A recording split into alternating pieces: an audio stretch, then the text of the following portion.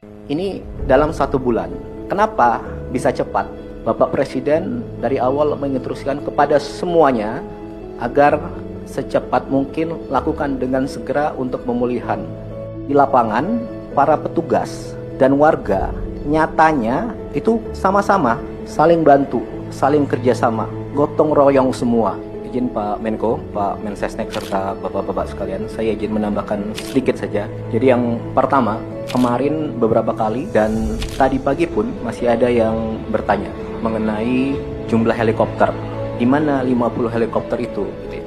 Jadi ini datanya. Jadi ada 53 helikopter gabungan TNI, Polri, Basarnas, BNPB, kemudian ada swasta, Pertamina, dan lain sebagainya. Ini semuanya sejak awal ada di 3 provinsi tersebut. Kemana mereka? Mereka menerbangkan logistik ke daerah yang tidak terjangkau melalui darat. Kemudian kalau saya boleh cerita sedikit, jadi sejak minggu pertama bencana, Bapak Presiden langsung mengirimkan helikopter pribadi beliau ke Aceh untuk digunakan oleh Gubernur Aceh beserta timnya. Kemudian yang kedua, ada sedikit pihak yang masih membandingkan bencana sekarang dengan bencana-bencana sebelumnya. Jadi saya mau sampaikan begini, setiap bencana punya tantangan sendiri, butuh penanganan sendiri. Dan yang pasti, setiap pemerintah di kala itu pasti ingin yang terbaik dan yang tercepat untuk memulihkan. Dan sekarang ini kita sudah masuk dalam 1 bulan pasca bencana, dan alhamdulillah pemerintah, kita semua di sini dalam 1 bulan ini kita ada hasil konkret. Apa itu? 1, bencana ada di 3 provinsi, terdampak 52 kabupaten, 78 jalan nasional putus. Per 1 bulan dari 78 tinggal 6 yang masih proses penyambungan. 4 titik di Aceh dan ada di Sumbar dan di Sumut. Itu yang pertama. Kemudian yang kedua, jembatan lintas kabupaten. Banyak sekali jembatan yang menghubungkan antar kabupaten yang putus. Per sekarang 1 bulan, seperti yang Mbak Kasat tadi sampaikan, 12 jembatan yang sungainya lebar-lebar 50 meter ke atas, bahkan di Biren itu sampai 180 meter, itu tersambung. Pasang jembatan ini biasanya 1 bulan lebih. Oleh petugas, dibantu warga, bisa ada yang 1 minggu, ada yang 10 hari. Itu dari baja. Bajanya beratnya 30 sampai 50 ton.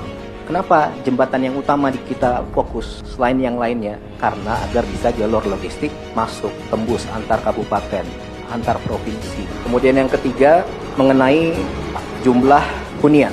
Dalam 1 bulan ini, seminggu ke depan, ada 600 rumah hunian yang akan jadi. Kemudian dari BNPB ada 450 hunian.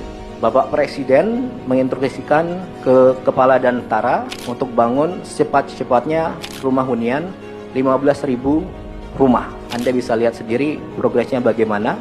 Kemudian selanjutnya lagi, Menteri Perumahan minggu lalu sudah mulai bangun 2.500 rumah hunian tetap di Sumatera Utara. Minggu depan akan bangun lagi sekitar 2.500 lagi di 3 provinsi tadi. Kemudian yang kedua, rumah sakit. Jadi menurut Pak Menkes ada 87 rumah sakit yang terdampak. Semuanya lumpuh.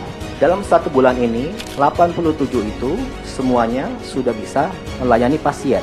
Kemudian ada 867 puskesmas yang lumpuh.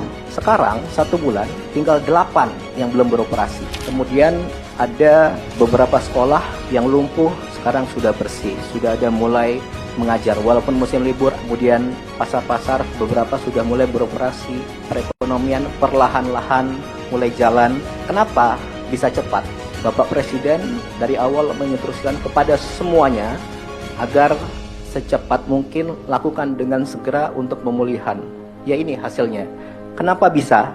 Karena di lapangan para petugas dan warga nyatanya itu sama-sama saling bantu, saling kerjasama, gotong royong semua, petugas, warga, relawan, jadi satu semua. Di lapangan seperti itu. Apakah semua tadi sudah sempurna?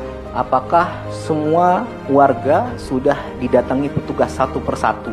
Tentu belum 100%. Tapi alhamdulillah sejak kemarin banyak relawan yang datang ke daerah terdampak, benar-benar tulus, ikhlas untuk membantu. Ketika di lapangan, mereka temukan titik yang belum ada bantuan atau belum ada petugas, mereka laporkan, mereka sampaikan, mereka informasikan kepada TNI, Polri, BNPB, petugas di lapangan semuanya. Sehingga yang belum ada bantuan bisa segera didorong pakai helikopter dan lain sebagainya. Makanya, mari kita di sini semua sama-sama, kuncinya saling melengkapi. Jadi kalau Anda datang, memang niatnya benar-benar tulus, bukan cari keuntungan sendiri, ya ayo kita sama-sama, kita bantu. Banyak sekali ya yang seperti itu. Jadi rakyat Indonesia ini adatnya saling bantu. Bangsa Indonesia ini dari dulu gotong royong. Saya mau lihatkan video satu. Ini mohon maaf, itu mereka warga kecil sedang terkena musibah di desa yang ujung gitu ya. Tapi Anda lihat sendiri tadi, mereka datang mengambil bantuan dari helikopter, mereka datang ke petugas bawa durian. Mungkin makanan satu-satunya mereka ya durian itu gitu. Tapi mereka datang jauh lari, temannya manggil, tunggu, terus ngasih ke petugas gitu. Kenapa bisa kayak gitu? Karena ada kebersamaan di situ, saling melengkapi di situ. Jadi karena mereka tahu semuanya ini sedang sama-sama berusaha. Jadi terakhir sekali lagi saya mau sampaikan, ayo kita semua sama-sama saling bantu, saling melengkapi, kuncinya saling melengkapi. Terima kasih kepada seluruh petugas, relawan, warga.